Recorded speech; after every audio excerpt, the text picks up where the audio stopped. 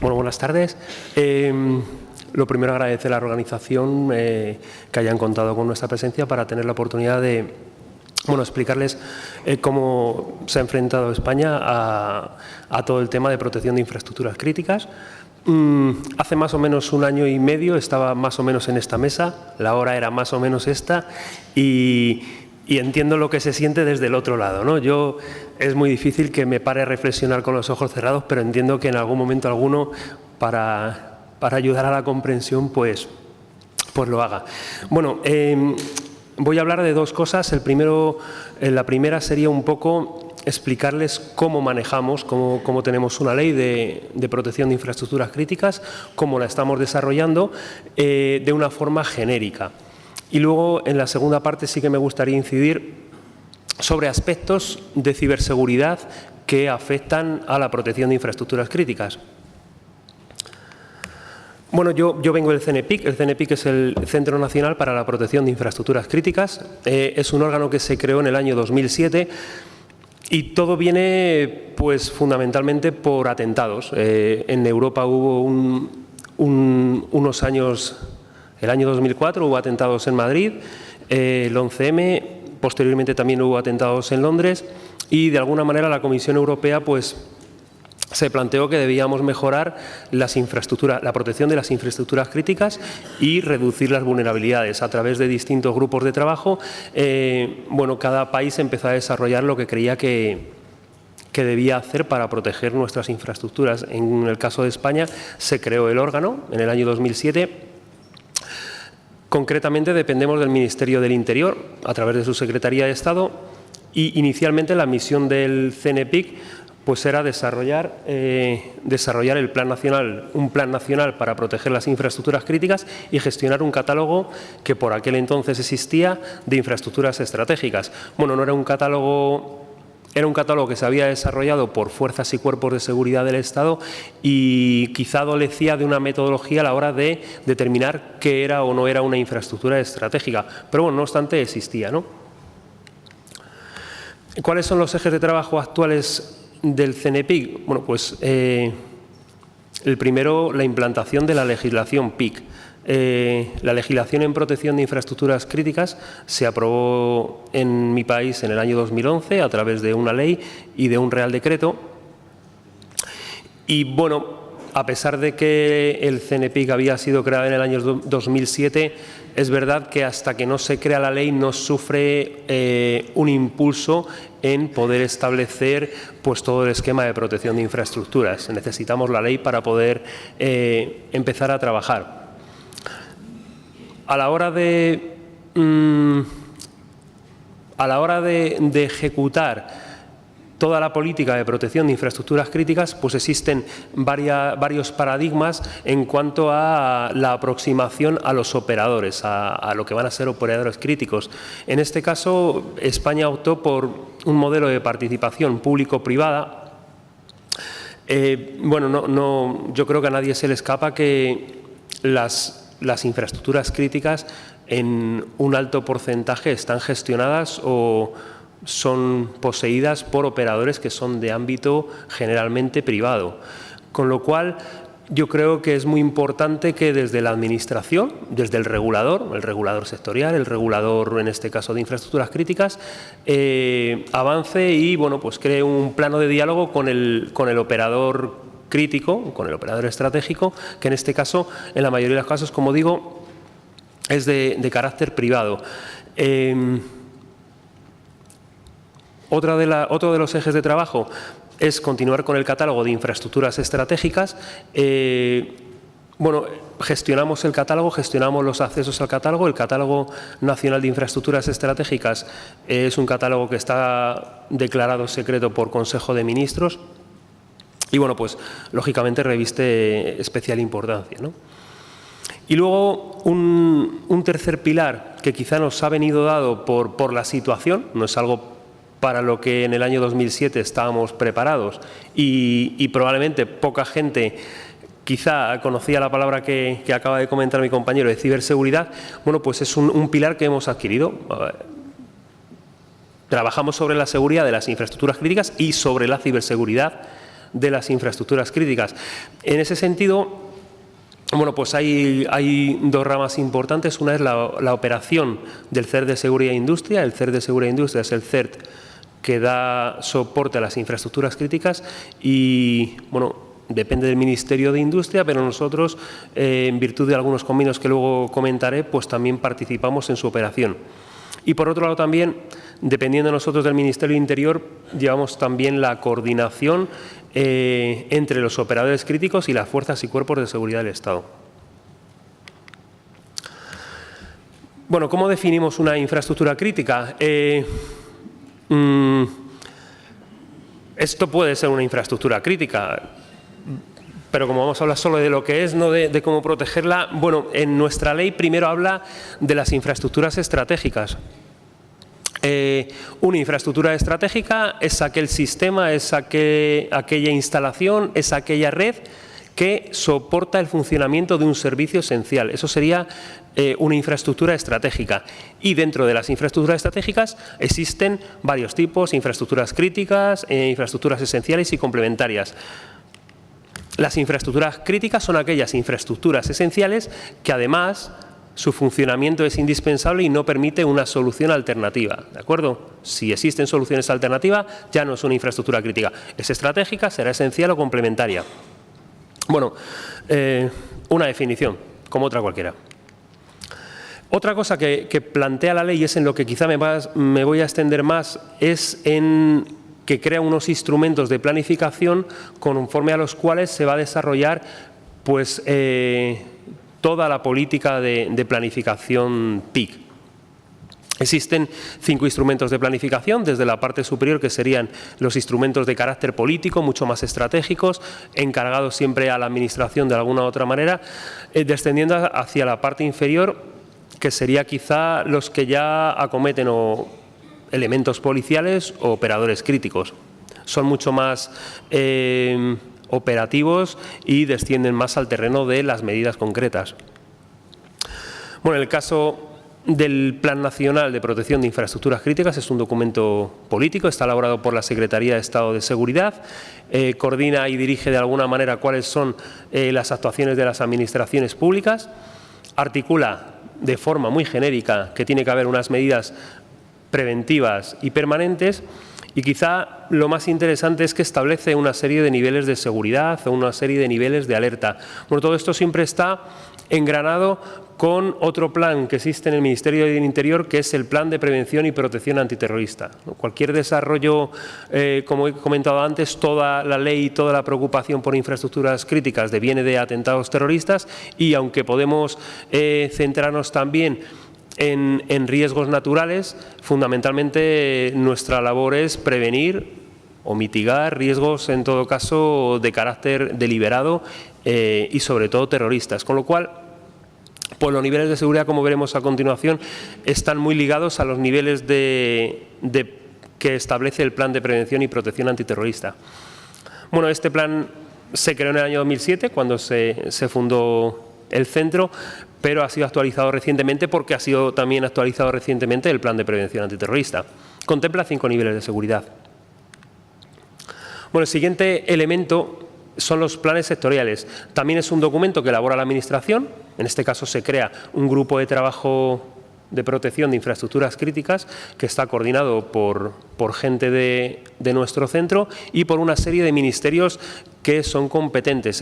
Los ministerios son competentes fundamentalmente porque son ministerios reguladores con respecto a ese plan que se va a desarrollar. La ley, luego lo veremos, establece 12 sectores estratégicos. Pues, por ejemplo, para el sector de la energía hay unos ministerios que son competentes, como puede ser el de Industria y alguno más, el Ministerio del Interior, etcétera. Bueno, los planes estratégicos sectoriales al final son aprobados por una comisión PIC. ¿Y cuál es la importancia o para qué se realiza un plan estratégico sectorial? Pues para las 4 cosas que figuran, ¿no? Para conocer cuál es el funcionamiento de los servicios esenciales que existen en ese sector, para conocer sus vulnerabilidades, para ver qué ocurriría como consecuencia de su destrucción, de su inactividad y para establecer una serie de medidas organizativas. Es un plan, sigue siendo un plan estratégico. Todavía estamos en el campo casi de las ideas, ¿no? Bueno, un plan estratégico, ¿de qué consta? Bueno, en primer lugar se hace un análisis de la normativa que pueda afectar a ese sector. Internacional, existe normativa internacional, por ejemplo en el sector nuclear pues existe normativa internacional que obliga a los operadores de energía nuclear o del sector nuclear a tener determinadas o a realizar determinadas conductas. Bueno, hay que analizar la normativa internacional, la normativa europea a nivel nacional y luego también existe una normativa sectorial o puede existir una normativa sectorial que el regulador imponga una serie de obligaciones o unas condiciones de prestación del servicio. Bueno, todo esto se tiene que analizar primero pues para que en el plan estratégico no figure algo que vaya contrario a una norma que ya lo está regulando y por otro lado pues para evitar duplicidades y contradicciones.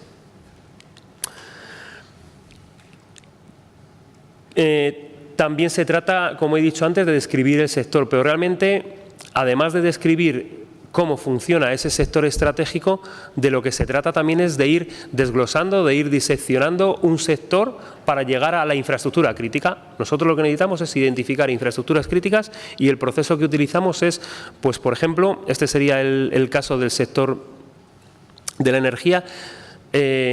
Lo primero que hacemos es una subsectorización. El sector de energía es muy amplio, vamos a trocearlo en energía eléctrica, energía derivada del gas y energía derivada del petróleo. Concretamente nosotros el tema de la energía nuclear la hemos hecho como un sector aparte porque contemplamos más el riesgo nuclear que la generación propia de energía.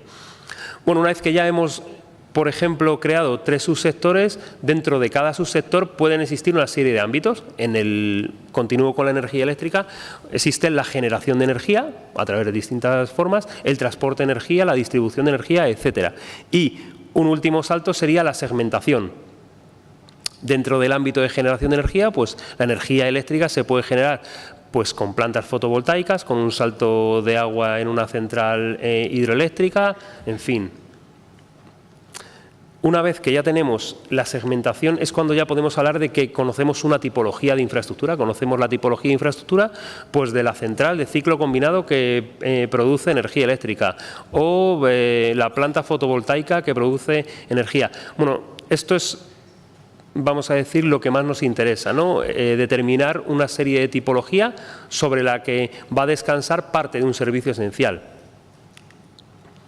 Una vez que tenemos esa tipología, ese segmento, pues tenemos que cruzar interdependencias, ver qué servicios dependen de esa infraestructura y a su vez esa infraestructura probablemente tenga dependencias, necesita de algún tipo de provisión de servicio para poder funcionar.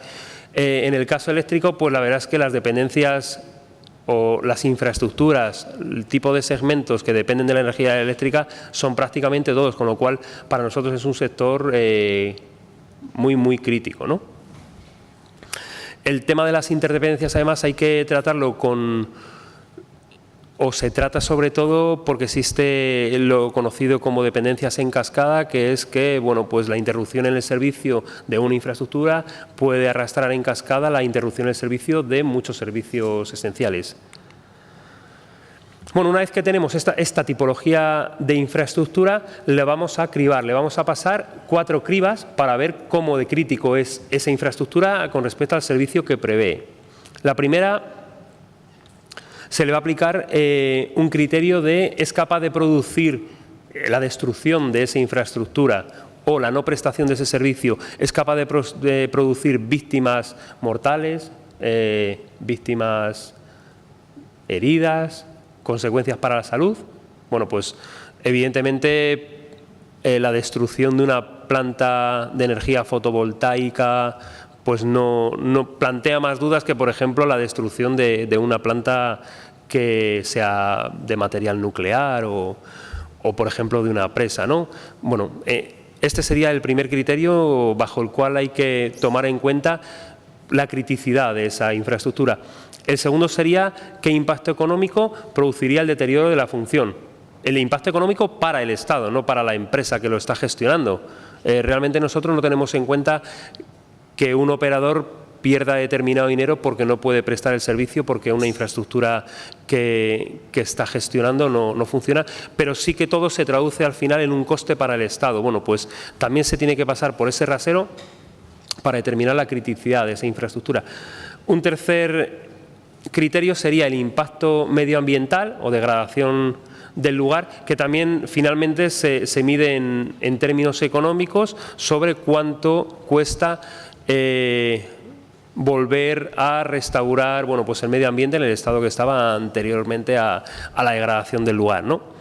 Y por último sería el impacto público-social, que este es el criterio asociado directamente al servicio. Es un criterio complicado de establecer porque lo que trata de medir es la confianza o la desconfianza que genera en la sociedad que se deje de prestar un servicio esencial, la desconfianza que genera sobre el Estado. El Estado debe proveer de una serie de servicios esenciales y cuando no lo hace, eso genera una desconfianza en la sociedad. Entonces, es complicado de establecer si, por ejemplo, nos quedamos sin línea telefónica durante 6 días, una población de 5.000 habitantes, ¿cuánto vale eso, no?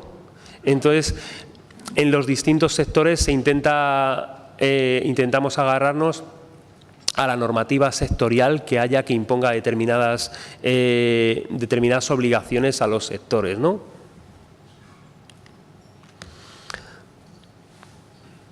Bueno, esto no estaba así de mal hecho, que estaba todo dentro del cuadradito y todo esto, lo que pasa es que interpreta las fuentes de otra manera. Me preocupó un poquillo más, pero no lo suficiente. Bueno, finalmente el plan estratégico termina con una serie de tablas de amenazas y análisis del impacto. Tablas de amenaza fundamentalmente, como les he comentado, de carácter deliberado, aunque también se tienen en cuenta las de origen natural. Y un análisis del impacto que generaría la materialización de esas amenazas sobre la infraestructura. Y finalmente, bueno, unas medidas organizativas que, como es un plan estratégico, son de carácter general. Bueno, les comentaba antes que teníamos 12 sectores estratégicos, son los que figuran en la pantalla.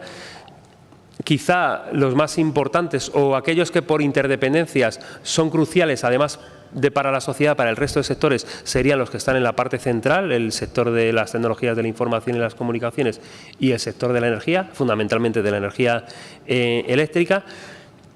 Pero, bueno, estos son los 12 sectores sobre los que se está trabajando. A día de hoy, en nuestro centro hemos desarrollado planes estratégicos sectoriales sobre la mitad de los sectores, en concreto sobre el sector financiero, el sector y subsectores de la energía, del espacio, del transporte. El transporte está dividido en 4 tipos de transporte: aéreo, marítimo, ferroviario y por carretera.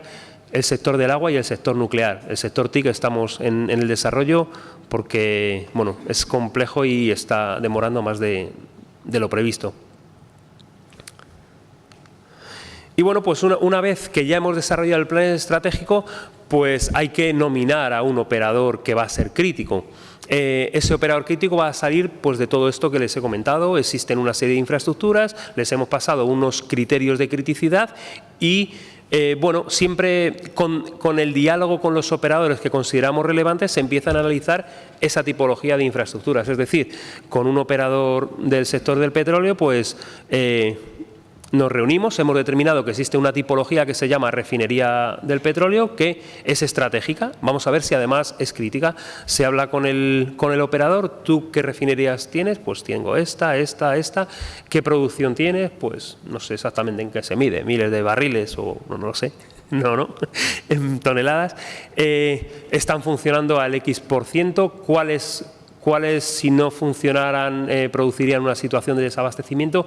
Y bueno, de una forma que consideramos que es consensuada, sí que se llega al convencimiento por ambas partes que, bueno, pues parte de esas infraestructuras van a ser críticas y van a ser objeto por parte del operador de especial cuidado y de imponerle unas medidas, o que el operador le imponga unas medidas de seguridad mayores que a otras que no lo son. Bueno, pues ya hemos nombrado una serie de operadores críticos, que son críticos porque tienen alguna infraestructura, como mínimo una, pero pueden tener más infraestructuras que son críticas. Bueno, pues ahora le toca el turno a los operadores. En primer lugar, tienen que elaborar un documento que se llama Plan de Seguridad del Operador, en el cual es un documento de compromiso. O sea, es un documento en el que el operador se compromete, si no lo tiene ya, a establecer unas políticas de seguridad. Tiene que establecer, yo me comprometo con la seguridad del servicio esencial con el que proveo a la sociedad. Tengo que explicar cómo lo voy a hacer, tengo que explicar cómo va a ser mi organigrama de seguridad en la empresa. Tengo un director de seguridad, tengo un director o un responsable de TI. Tal director reporta a tal, por encima está el comité y por debajo tengo pues lo que sea, ¿no? Esto es lo que se recoge en el plan de seguridad del operador. También hay una descripción de cuáles son los servicios críticos que ofrece ese operador. Además, debe especificar qué metodología de análisis de riesgos se utiliza. En la Ley de Protección de Infraestructuras Críticas no se obliga a optar por una u otra normativa o por una u otra metodología de análisis de riesgos, simplemente que sea una metodología conocida y reconocida internacionalmente, lo cual lo que sí que es cierto es que a la hora de recoger esos planes pues plantea problemas de homogeneidad en cuanto a cómo aborda operadores del mismo sector y con la misma tipología de servicio en cuanto a la metodología que utiliza para análisis de riesgos. Y por último, además, debe fijar qué criterios de implantación tiene con respecto a su medida de seguridad. Bueno, ¿esto por qué es así?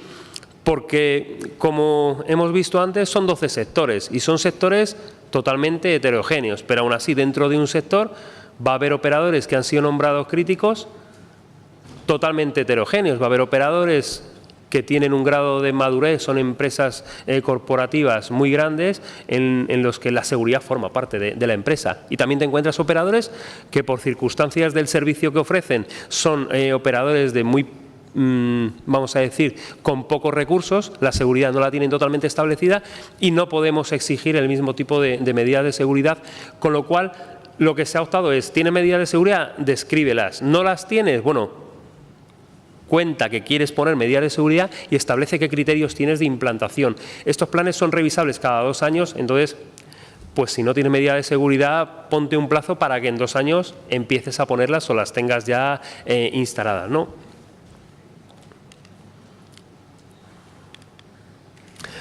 Bueno, el siguiente instrumento de planificación serían los planes de protección específicos. También es tarea del operador, pero en este caso tiene que elaborar un plan de protección por cada una de las infraestructuras que han sido nombradas. En el fondo no deja de ser un plan de seguridad. Un plan de seguridad en el que define pues, todas las medidas de seguridad que tiene con respecto a su instalación.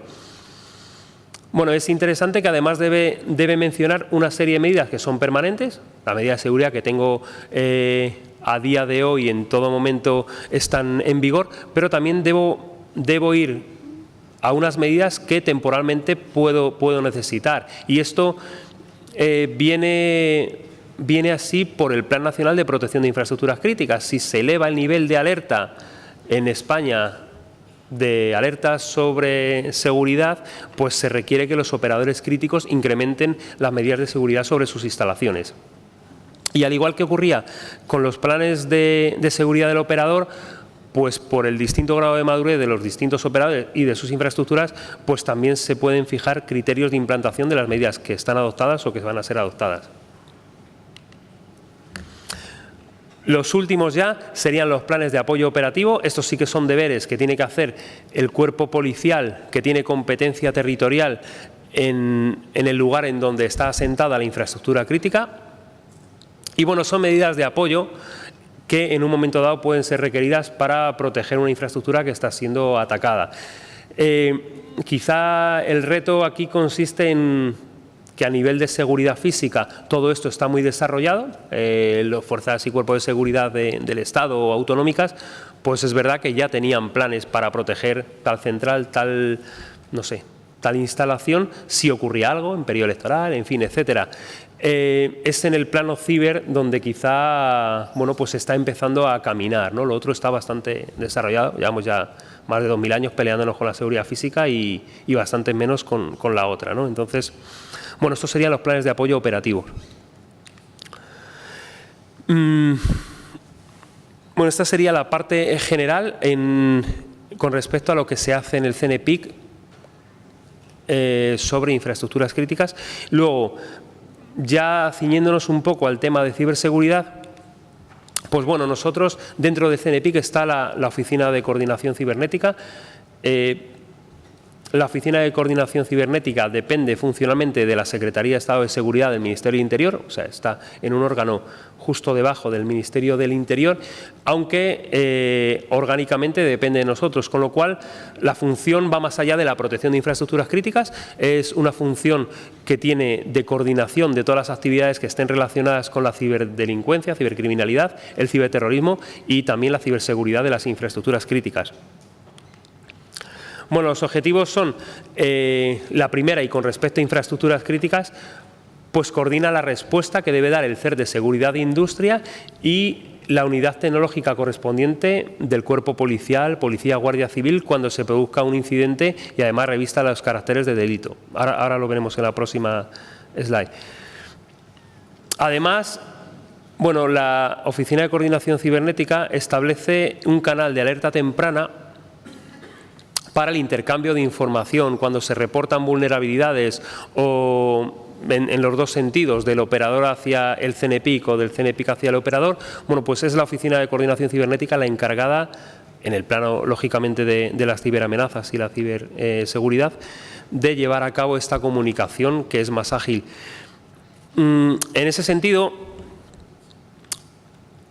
bueno, está funcionando bastante bien una serie de acuerdos que existen de colaboración entre los operadores a tres bandas. Los acuerdos de colaboración son a tres bandas, se hacen entre el operador crítico, el CNPIC e INCIBE. INCIBE, bueno, ya se ha comentado en alguna charla anterior, es el Instituto Nacional de Ciberseguridad, depende del Ministerio de Industria, y entre los tres organismos, como les digo, se crea un acuerdo de confidencialidad, bueno, un acuerdo confidencial de colaboración, a través del cual el operador comunica cuáles son sus activos tecnológicos, que, por ejemplo, qué rango de IPs tienen abiertos a Internet, cuáles son los dominios que tiene, qué tecnología tiene a nivel de hardware y software relacionada con su operación sobre elementos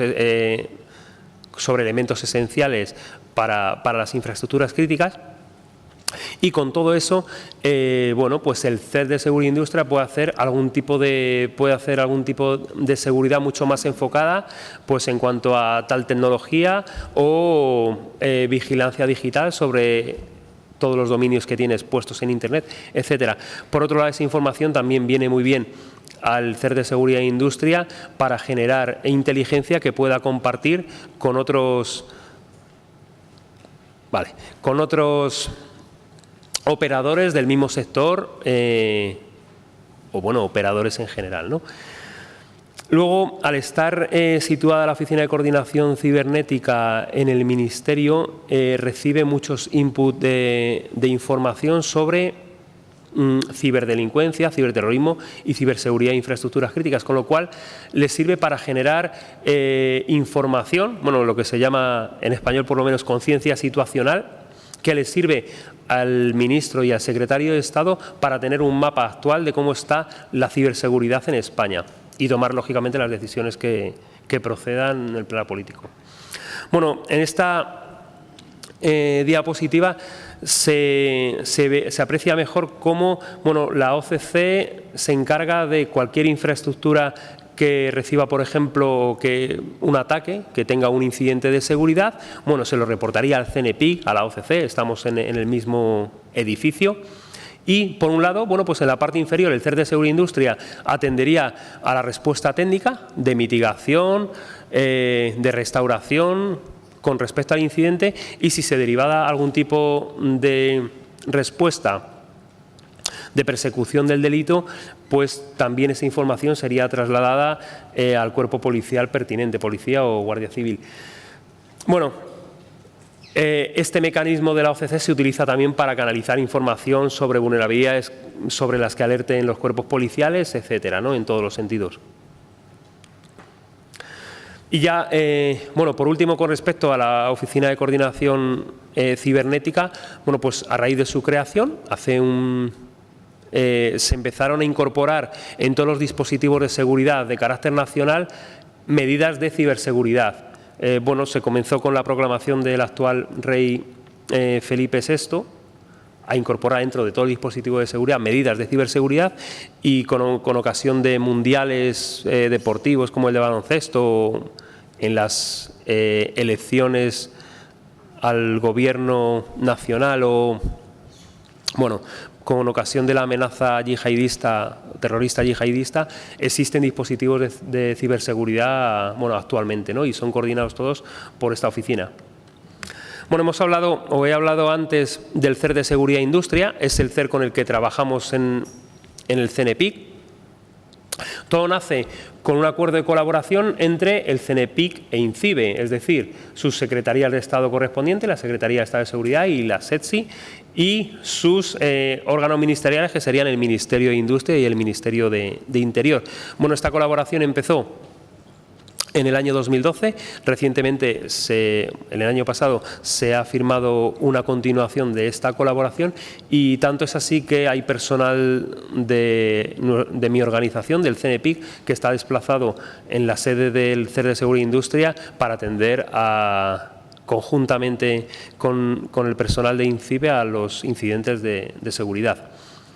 Bueno, en España, de forma general, se puede decir que hay 3 CERT de ámbito nacional. Existe el CERT del Centro Criptológico Nacional, el CCN-CERT, que es un CERT que presta servicio a los incidentes de seguridad de las administraciones públicas.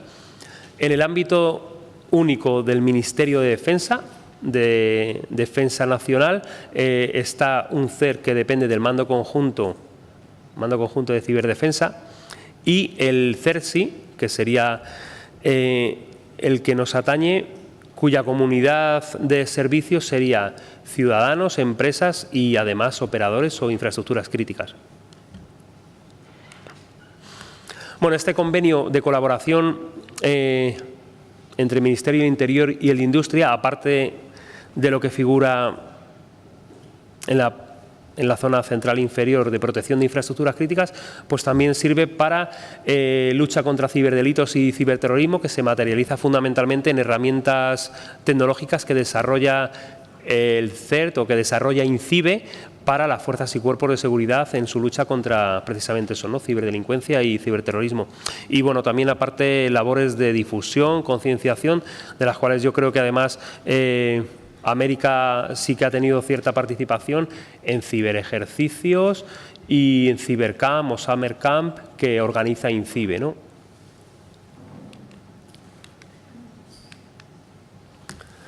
Los servicios que ofrece el CERT de Seguridad e Industria no me voy a extender demasiado, puesto que son normalmente los que ofrece cualquier CERT o SOC, bueno, CERT, que serían los que vienen en la parte superior. Es un servicio de 24/7 y, bueno, se accede a través de correo electrónico o teléfono, ¿no? Bueno, en esta slide les presento la evolución de los incidentes que se han ido produciendo en infraestructuras críticas. En el año 2013 se atendieron únicamente 17 incidentes que afectaban a infraestructuras críticas, para subir a 66 en el año 2014, en el 15 ya fueron 134, en el 2016 a mitad de año llevamos 204, con lo cual pues proyectamos que terminaremos el año con alguna más de 400. Bueno, este incremento, que es exponencial o geométrico, si lo analizamos se puede ver a 3 causas. La primera es que, bueno, hemos empezado a nombrar operadores críticos. Antes no había tantos, con lo cual si reportan incidentes, pues lo van a reportar cada vez más operadores y más incidentes.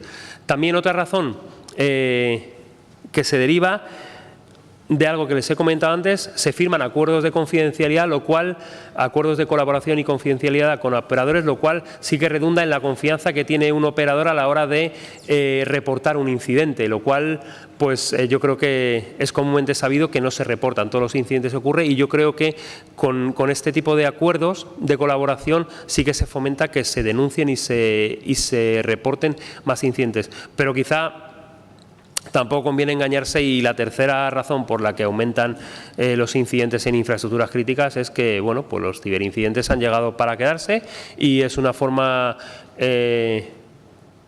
mucho más fácil de atacar una infraestructura que un ataque físico. Entonces, bueno, pues han venido, como digo, para quedarse y para proliferar. Bueno, esto brevemente les comentaba.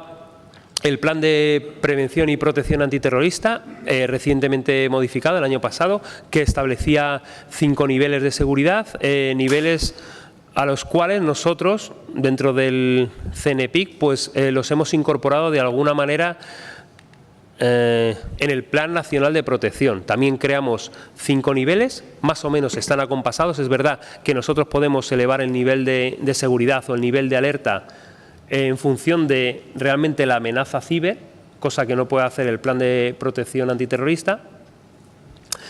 Y bueno, una cosa en la que estamos trabajando actualmente y a raíz de este Plan Nacional PIC, porque, bueno, vuelvo para atrás. Este Plan Nacional PIC, que ha sido aprobado, o bueno, mejor dicho, ha sido modificado este año 2016, incorpora 2 cosas nuevas que en el año 2007 pues no teníamos en mente. Bueno, la primera es hacer un actor más dentro del esquema nacional de protección de infraestructuras críticas. Bueno, uno de los actores que tiene representación son los operadores estratégicos o críticos. Van a tener voz, van a tener voto y van a tener una serie de obligaciones y roles dentro del plan nacional. Y luego también se incorporan medidas ciber. Antes solo existían medidas de seguridad física. En este nuevo plan se adoptan y se inscriben nuevas medidas de carácter cibernético. Se está desarrollando una guía de reporte de incidentes. Bueno, se ha llegado a la categorización de 13 tipos de incidentes. Es difícil establecer categorías estancas y, bueno, con respecto a estas 13 categorías, en principio se está trabajando con los operadores, habida cuenta de lo que les comentaba antes, de la diversidad de sectores sobre los que tenemos con los que tenemos que dialogar y sobre los que tenemos que consensuar, pues por ejemplo, cuál es la clasificación de un incidente, ¿no? En principio sirve de orientación, puesto que, como además he comentado, muchas veces un mismo incidente puede ser clasificado en varias categorías, o es en una escalada, quizá empieza por una categoría y va subiendo de categoría, y luego bueno, en cada categoría además hay que ser preciso en cuanto a la definición, ¿no? ¿Qué define o por qué definición tiene tal incidente? Eso es complicado por el tema de los distintos operadores de distintos sectores. ¿Qué entienden ellos por cada definición de sector? ¿En qué contexto debemos tener en cuenta un incidente? Bueno, pues de toda la organización y de todos los sistemas tecnológicos que tiene un operador crítico, no todos, a efectos de infraestructura crítica, para nosotros son importantes. Aquellos elementos que puedan sufrir ataques, pero que no tengan ninguna relación, lo cual es complicado, los cuales no tengan ninguna relación con el servicio esencial que se trata de prestar, en principio a nosotros no nos interesa su reporte. Luego también establecemos en esta guía de reporte un tiempo, una ventana en la que el operador tiene obligación de contarnos que, bueno, pues se le ha inyectado un malware o, bueno, ha sido atacado. Y todo esto siempre en consonancia con el nivel de alerta que haya sobre protección de infraestructuras críticas. Bueno, todo esto más o menos quedaría de alguna manera resumido a que, según se va incrementando el nivel de alerta de amenaza de un ciberataque en protección de infraestructuras críticas, pues se van a tener que empezar a reportar incidentes. Por ejemplo, en el nivel 1 o 2 no es obligatorio que ningún operador reporte ningún tipo de incidente, pero a partir del nivel 3 que es un nivel medio de amenaza, un nivel de alerta medio, bueno, pues solo nos vais a reportar los incidentes que consideramos graves, el malware, perdón, sí, las APTs o las vulnerabilidades 0 days o las denegaciones de servicio, de forma que se va incrementando el número de incidentes que se debe reportar y en un nivel 5, bueno, pues se reportará todo lo que me reportarías en el nivel 3, todo lo del 4 y aparte, pues cosas que a lo mejor no son tan importantes como un escaneo de puertos o, bueno, ataques por ingeniería social. Bueno, igual que obligamos a que el operador nos reporte en un determinado tiempo, el CERSI se compromete a través de un SLA, a través de un acuerdo de nivel de servicio, a dar respuesta en un determinado tiempo. Es decir, que en un nivel 1 o 2, en 90 minutos, el CERSI va a responder sobre el incidente que se le ha comentado y cuando el nivel es muy alto, pues en media hora. Bueno, aquí sí que tengo que hacer la aclaración que responder no significa resolver el incidente. En media hora no se puede resolver un incidente probablemente por parte del CERT. Sí que toma conocimiento y empieza a trabajar, ¿de acuerdo? Bueno, ya casi para finalizar, se ha presentado también a los operadores una herramienta nueva, la hemos llamado Icaros, está desarrollada por INCIBE y puesta a disposición a través del CERSI a los operadores y se basa en una plataforma de compartición de malware. La plataforma es MISP, es una plataforma libre, fue creada por la OTAN y bueno, la capa que se le ha dado en este caso es sobre todo una capa de filtro, de forma que aquel malware que entre en esta plataforma sea solo aquel que interese a la tecnología que tiene instalada los operadores, ¿no? Bueno, ¿cómo recibe información? Pues bien porque se reporta un incidente a través de un usuario, de un operador. El CERSI también tiene base de datos de conocimiento, base de datos de inteligencia, que en un momento dado pues puede introducir dentro de Icaros si cree que es de interés para los operadores críticos. Distintas organizaciones tienen acceso a MISP y también reportan vulnerabilidades. Distintas organizaciones de ámbito nacional y de ámbito internacional y luego existe un repositorio automático. Bueno, todo esto va alimentando la base de datos MISP y el proyecto Icaro lo que hace es extraer solo aquella información sobre malware que pueda ser de interés. Cuando un operador reporta algo, lo que es importante es que haya una capa de anonimización del incidente. Se va a hablar del malware que ha sido inyectado, del malware que está atacando, pero no se va, lógicamente, a hacer público sobre qué operador ni qué sistemas del operador, si son identificables, ¿no? Bueno, estos serían algunos ejemplos de sobre qué se está grabando información, es malware, botnets, denegaciones de servicio, ransomware o troyanos. Y ya para finalizar, ahora sí, seguimos creyendo en los ciberejercicios.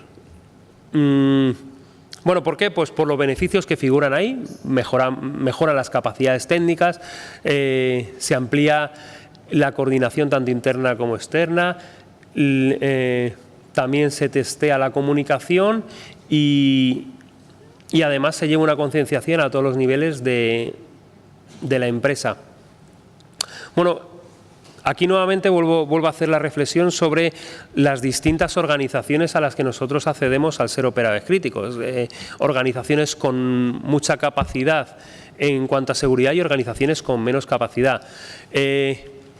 Un operador crítico con pocas capacidades en materia de seguridad encuentra altamente útil participar en ciberejercicios.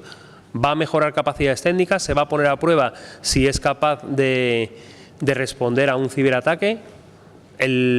Bueno, va a ver si hay coordinación dentro de su organización y además si es capaz de evacuar comunicaciones pues a los órganos competentes, a la autoridad, al CNPIC, a los órganos reguladores, etcétera. Luego hay un ejercicio de roleplay para ver cómo se distribuye la comunicación y la coordinación entre las distintas estructuras dentro de la organización y por último pues una simulación de un incidente, generalmente a través de una plataforma. Sí que ha habido un ciberejercicio con países, ¿no? Que bueno, ha sido también organizado por INCIBE y entiendo que además el objetivo y los procedimientos han sido muy similares. A nivel nacional, este año también se va a organizar un CiberEx y en este caso, bueno, pues se va a hacer multisectorial. La idea es ir alternando un año multisectorial, otro año con respecto a un sector específico y bueno, pues de aquellos sectores sobre los que ya hemos desarrollado plan estratégico sectorial y ya están involucrados en toda la dinámica de planes de operador, planes de seguridad y demás, son los que participan. Y bueno, con esto estoy dispuesto a intentar solventar alguna duda.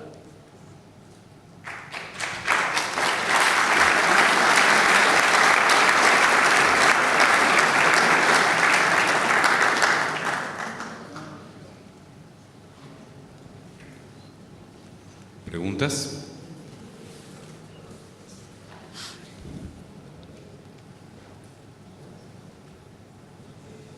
¿A la de una?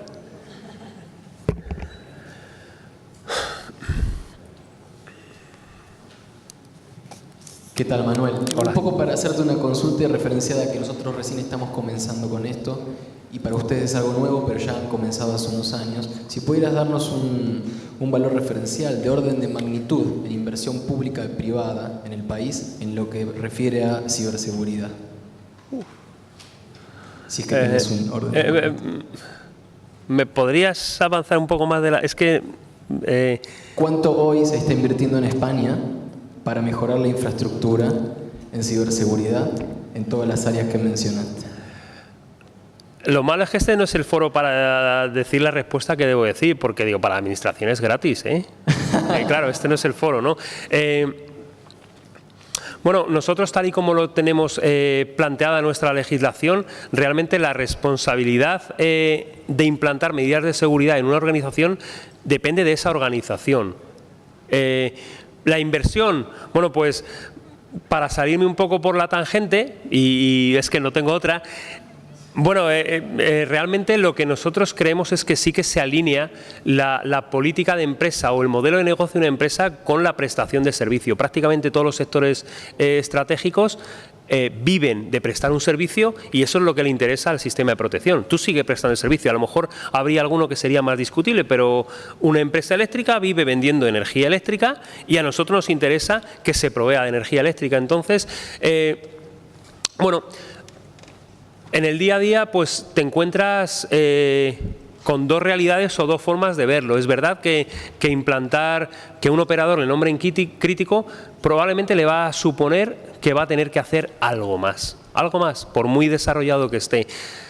¿Cómo se respira o cómo se recibe la nominación de vas a ser operador crítico sobre tal infraestructura? Pues nos hemos encontrado con dos versiones. Una, generalmente los responsables de seguridad les parece muy bien, les suele parecer muy bien, algunos quieren y desean que ser operador crítico, puesto que van a poder mostrar a la dirección, al que está por encima de ellos y que es el que tiene que soltar el dinero, pues que hay una necesidad. El gobierno, el Estado dice que tenemos que invertir en seguridad. Claro, si le preguntas a los de arriba, pues quizá no lo ven tan claro. Entonces, quizá el punto está en ver que, en el fondo, y yo creo que todos estamos convencidos, que invertir en seguridad es invertir en continuidad de negocio, ¿no? No sé si con esto te aclaro, pero en cuanto a dinero es que yo no tengo.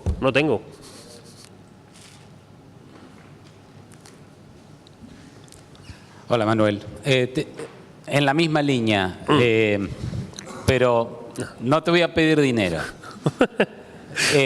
¿Hay algún esquema que hayan ustedes pensado en proveer como incentivo a estas infraestructuras críticas para decir, por ejemplo, si ustedes invierten en mejorar su postura de seguridad, les vamos a mejorar la cantidad de impuestos que van a pagar por ese proyecto, o van a tener un incentivo por haber mejorado la postura? Pensado esta idea no es nueva perdón. Digamos, si de hecho o lo hicieron o al revés, en lugar de darle un incentivo, lo que hacen es penalizar al que no lo hace. ¿Cuál es? Si lo hicieron, ¿cuál hicieron y cuál es bueno, pues, el resultado? En España se dice hemos tirado por el camino del medio, ¿no?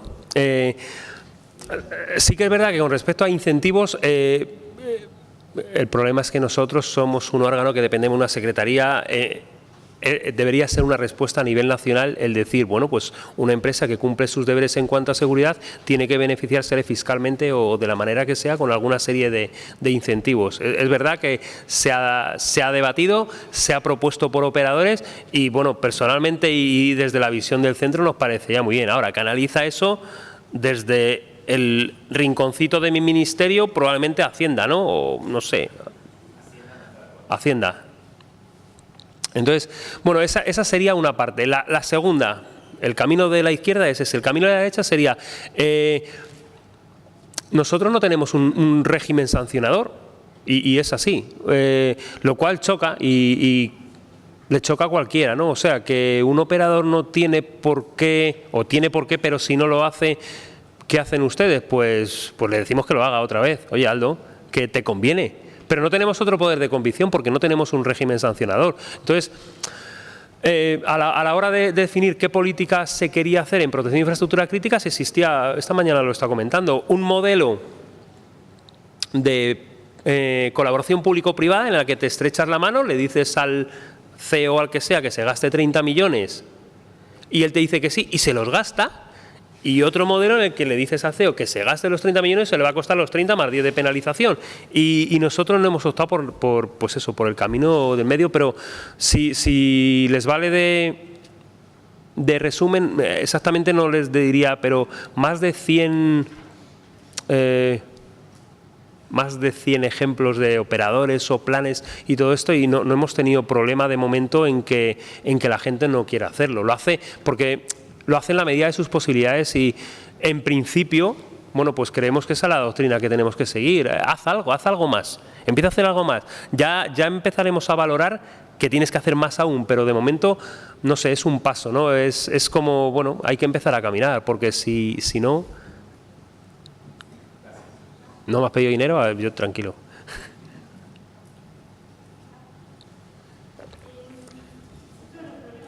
Además de problemas técnicos y problemas administrativos, económicos, todo lo que se te ocurra, tenemos el problema de que no hay recursos humanos que tengan conocimiento sobre este tipo de tecnologías, este tipo de seguridad. Ustedes, desde el organismo que tienen la posibilidad de generar políticas o tratar de influenciar en las universidades, en los colegios, a empezar a formar gente en seguridad, porque cada día es más escaso el recurso humano que conozca sobre seguridad. Bueno, nosotros concretamente es verdad que es algo que no, salvo en ese plano de colaboración que tenemos firmado con INCIBE, en el que sí que llevamos a cabo labores de concienciación y de formación, pero no, generalmente no van destinadas a la formación de operadores críticos. La verdad es que no, pero sí que entiendo que es una necesidad que no surge solo, vamos a decir, en el ámbito de aplicación de protección de infraestructuras críticas. Creo que un operador o una organización que tiene su área de negocio en cualquier cosa que no va a estar relacionado, nunca va a ser operador crítico. Lo que está haciendo, bueno, pues sí, cubre una necesidad, pero no es crítico, no es un servicio esencial. Creo que debe preocuparse de la seguridad general, compuesta por seguridad física, seguridad TI, seguridad del personal. Entonces, yo ahí sí que pienso que tiene que ser una política más a nivel nacional. En ese sentido, bueno, muchos países, España sí que definió unas estrategias tanto de seguridad nacional como de ciberseguridad nacional, y bueno, cuando te elaboran, creo que eran 8 líneas de acción, bueno, pues una de ellas, como siempre, es la de formación, concienciación y cultura de ciberseguridad, ¿no? Y ahí yo creo que además estuve en la de cultura de ciberseguridad. Lo que ves es que están involucrados prácticamente todos los ministerios o muchos ministerios, ¿no? Ministerio de Educación, Ministerio de Interior, Ministerio de Asuntos Exteriores, Ministerio de Industria. Entonces, es una labor que yo creo que sí que debe ser global. Sí, o por lo menos así lo tenemos definido en nuestra estrategia, y yo creo que en cualquier estrategia de otro país al final se da cuenta que es algo que no puede solo ceñirse a tienes una infraestructura crítica, invierte, forma, y si no es crítica, hazlo también, porque yo creo que va en tu beneficio. Gracias.